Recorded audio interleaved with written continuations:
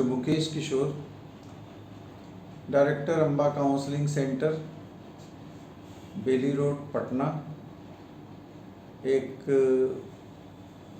मनोचिकित्सक या कह सकते हैं मनोवैज्ञानिक चिकित्सक जो पिछले 31 वर्षों से काउंसलिंग के क्षेत्र में काम कर रहे हैं।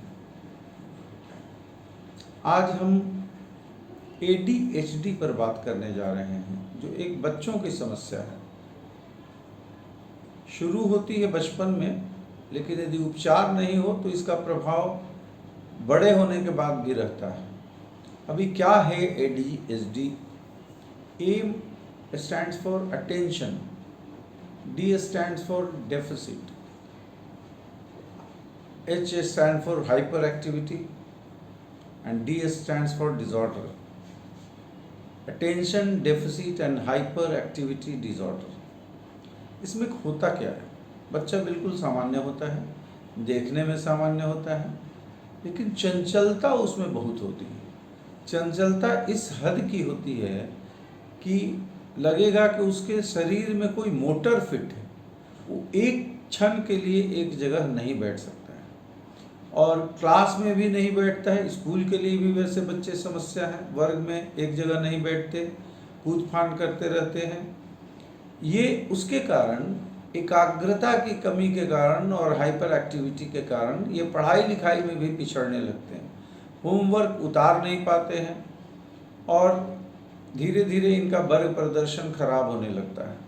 जैसे जैसे उम्र बढ़ती है, सिलेबस का बोझ बढ़ता है, लेकिन वो कोप अप नहीं कर पाते हैं, जिसके कारण क्लास में अपमानित होना पड़ता है, टीचर से अपमानित होना पड़ता है, माँ बाप से अपमानित होना पड़ता है, और उसको हम उदंड कह के निकल जाते हैं और यह समझते हैं कि जैसे उम्र बढ़ेगी तो ये ठीक हो जाएगा। वास्तव में बिल्कुल ऐसा नहीं है, और प्रताड़ित करते हैं उनको।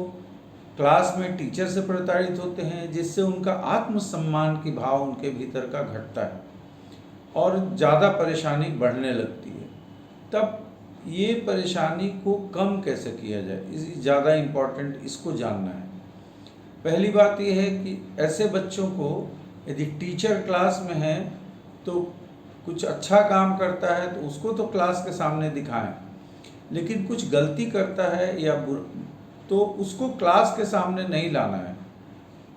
खाली अच्छा काम को क्लास के सामने लाना है, अपमानित नहीं महसूस करे इसलिए उसके बुराई को, कमी को क्लास के सामने नहीं लाना है।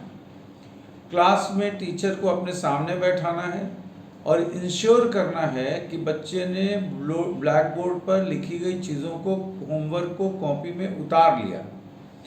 उसके बाद यदि कुछ अच्छा करता है, जैसे यदि बना के लाया कुछ होमवर्क, तो पीठ ठोकते हैं उसको, और कुछ देर यदि काम कर लिया तो वैसे बच्चों को, चूँकि चंचल होते हैं, तो पुरस्कार स्वरूप उनको 2 मिनट के लिए कुछ बाहर जाना चाहते हैं क्लास के, तो उनको जाने दिया जाए। और इस प्रकार से माता पिता को भी ध्यान देना होगा कि हाइपर एक्टिविटी के लिए वैसे लोग दवाई देते हैं, लेकिन साइकाट्री के किताबों के हिसाब से बच्चों को दवा मिनिमम देना चाहिए, नहीं बहुत ज़रूरी हो तो देना चाहिए। तो उसमें क्या करना चाहिए, फिर कैसे ठीक होगा? उसके लिए क्या करें कि उसको खेलने दें, शारीरिक श्रम करने दें। दौड़ने धूपने वाला खेल खेलेगा तो उससे उसकी एक्टिविटी कम होगी, अदरवाइज अच्छा सो पाएगा, थकेगा।